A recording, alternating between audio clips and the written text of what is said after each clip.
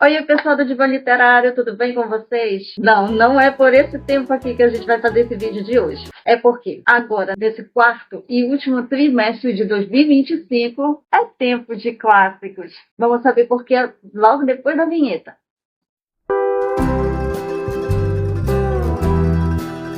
Oi, pessoal, bem-vindos de volta ao canal. E nós estamos já no finzinho do ano. Pois é, já estamos terminando 2025. Esse ano voou, gente, voou mesmo. Mas não estamos terminando só o ano, estamos terminando também as leituras. E a meta desse trimestre final, assim, que vai encerrar 2025, é literalmente para encerrar o ano com chave de ouro. Afinal de contas, é tempo de clássicos aqui. E nós vamos homenagear nesse trimestre de clássicos um dos jogos mais queridos da franquia, que é Resident Evil 4. Não só por ser um clássico, mas principalmente porque, para mim, ele fecharia todo o projeto em si com chave de ouro. Afinal de contas, Resident Evil 4 é praticamente um divisor de águas quando se trata de jogos de videogame, de toda a franquia Resident Evil. Ele foi uma grande inovação. Ele em si é praticamente um divisor de águas, na minha opinião, porque a Capcom ali naquele momento, ela lançou um marco pra gente. Ele literalmente foi um divisor de águas em termos de design, mecânica de jogo, de jogabilidade em si.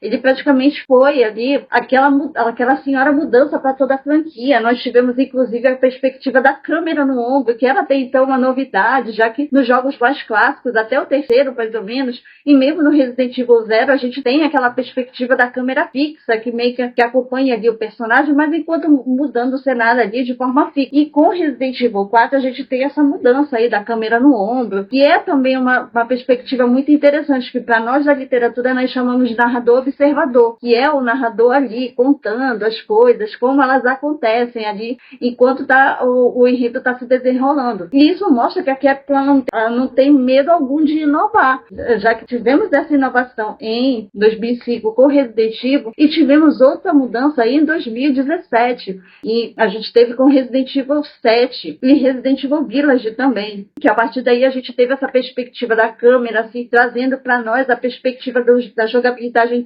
em primeira pessoa. E para nós aqui da literatura equivale ao narrador-personagem, ou seja, as coisas sendo contadas ali da ótica do personagem que está interpretando. E a gente vai ter essa mudança em Requiem também, porque nós vamos poder alternar entre narrador-personagem e narrador-observador, que é quem está contando a história e na minha perspectiva e da minha percepção é o melhor tipo de narrador, porque ele traz coisas importantes, traz também coisas sobre narrativa. Nós temos inclusive acesso ao fluxo de consciência dos personagens, numa coisa que com o narrador-personagem a gente não tem essa perspectiva, porque a não ser que o personagem que está narrando nos conte alguma coisa, a gente não tem essa perspectiva e perdemos até coisas importantes. Apesar de eu gostar muito do narrador-personagem, a perspectiva de poder alternar vai ser maravilhosa, porque em alguns momentos isso vai ser muito importante até para melhorar a mecânica, a jogabilidade. Eu particularmente vou jogar em terceira pessoa, e todos os cenários jogarei em terceira pessoa, porque eu acho que essa perspectiva do narrador-personagem aqui é tão do Ethan Winters que eu acho que não vai fazer sentido usar essa perspectiva com outra pessoa. Pelo menos para mim, essa perspectiva não vai funcionar muito, porque ela é muito atrelada a um personagem específico da franquia Resident Evil. Eu acho que com a Grace talvez isso não vá funcionar, pelo menos não para mim. Não vai funcionar muito por conta dessa questão. A primeira pessoa está atrelada muito a um personagem. E agora a gente vai falar um pouquinho sobre a temática em si e por que ela foi escolhida. Porque justamente é tempo de clássicos. Gente, essa temática foi literalmente quando eu estava construindo metas de leitura desse ano, todas essas metas elas tiveram um pouco ali de anedota. Inocente até prova em contrário. Eu queria inocentar a Ada de Resident Evil 6. E de uma forma bem divertida, com livros, com personagens que foram acusados de coisas que eles realmente não fizeram.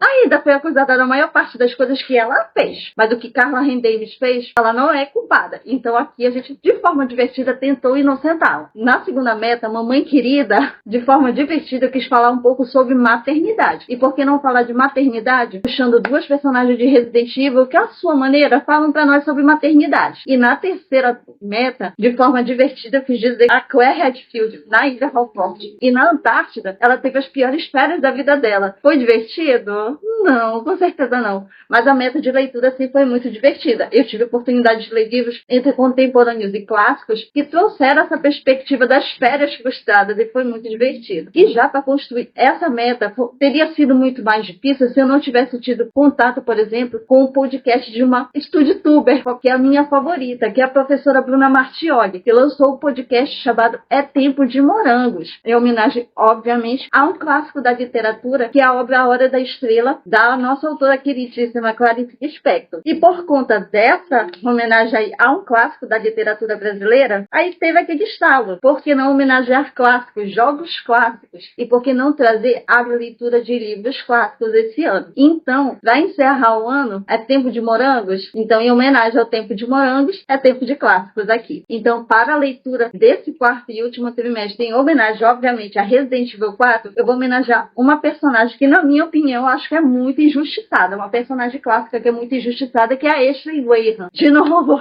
ano passado eu li livros em homenagem a ela. Um livro da Isabel Allende, A Filha da Fortuna, que pra mim foi assim um divisor de águas. Eu acho que a Isabel Allende foi uma escritora maravilhosa. Então eu vou trazer 2 livros para fazer essa leitura. Eu já tinha planos de trazer um clássico, de qualquer maneira, e já vou apresentar esse clássico aqui, que é o livro Jane Eyre, da autora Charlotte Brontë. Eu já encarei a irmã dela 2 vezes, aliás, a Emily Brontë, e seu clássico e único livro que ela escreveu, O Morro dos Ventos Uivantes. E dessa vez eu lerei um livro da outra irmã Brontë, a Charlotte. Eu vou ter a oportunidade de poder contar para vocês um pouco sobre a Charlotte e trazer também características sobre mulheres. Eu quero ler bastante nesse próximo trimestre sobre mulheres, especialmente sobre essa aqui, que é uma personagem tão forte que dá nome ao livro. Porque a Jane Eyre de Charlotte Brontë é uma mulher extremamente forte, com valores muito sólidos, que não aceita que a sociedade diga exatamente a ela o que fazer, como fazer. Ela praticamente é uma personagem que faz com que a gente repense bastante sobre o papel da mulher na sociedade. E eu me sinto super à vontade de ler sobre a Jane, porque nos últimos meses eu tenho escrito bastante sobre mulheres. Eu fiz 2 trabalhos sobre crítica feminista. Um foi ligado à educação e recentemente eu tive a oportunidade de escrever um artigo sobre a Ashley, do ponto de vista feminista, de como ela foi construída sobre óticas machistas, patriarcais, e acho que talvez por conta disso eu queira ler muito sobre mulheres agora nesse último trimestre. Vai unir o útil ao agradável. Eu vou poder discutir sobre essa personagem de uma forma muito feminista, tendo sobre uma personagem extremamente feminista, forte, que não deixa que a dominem ou que digam a ela o que fazer. A Jane é literalmente uma personagem que faz com que a gente reflita muito sobre o nosso papel na sociedade. Outro livro que eu quero ler, classicão também, justamente por ter lido o livro da Isabel Allende ano passado, eu vou ler esse daqui esse ano, que é A Casa dos Espíritos. Eu já tô lendo com outra pessoa, com outro objetivo de leitura. Eu comecei também junto com o Clube da Ju, apesar de não ser membro do Clube da Ju Cirqueira, mas eu quis ler esse livro justamente porque eu quero também desencalhar ele, aproveitar para desencalhar esse livro. E é uma leitura maravilhosa, gente. Até onde eu já comecei, e atualmente eu estou na página 56. Então,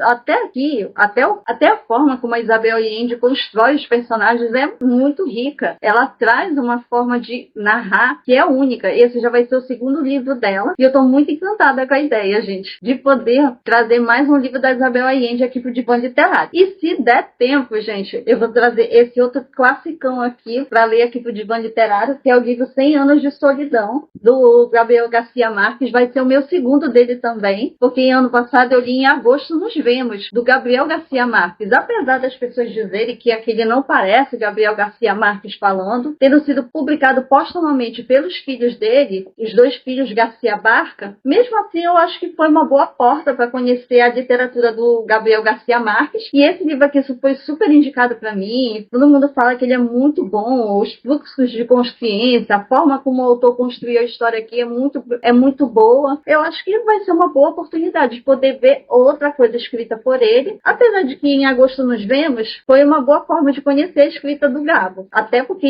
no prefácio dele, na apresentação dele, ele fala: esse livro nem chega aos pés daqueles todos que eu escrevi, mas eu acho que foi só uma forma humilde de dizer que ele estava encerrando a carreira. E esse aqui vai ser uma ótima oportunidade. Se der tempo, é um classicão. Se der tempo, eu vou ler. Se não, fica para o ano que vem, para alguma outra meta de leitura ou para algum clube de leitura que vá ler esse livro. Mas eu estou muito empolgada, eu quero ler muitos clássicos, inclusive clássicos desse tamanho aqui, gente, para vocês terem uma ideia. Até fiz um roteirinho de leitura, gente. Eu construí um roteirinho de leitura aqui. Admito que foi no ChatGPT, eu admito, gente.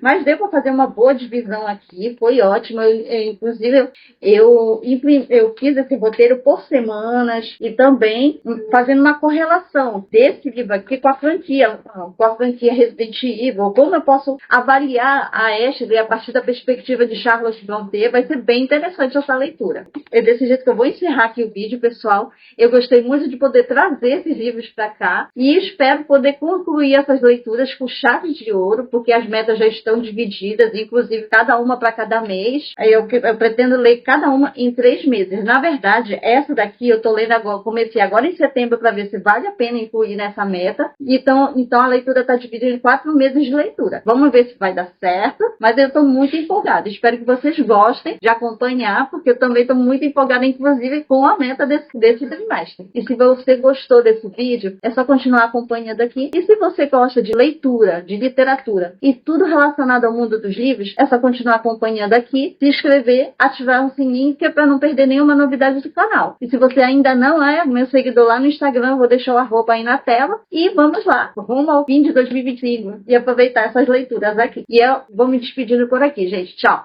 Beijão no coração de vocês.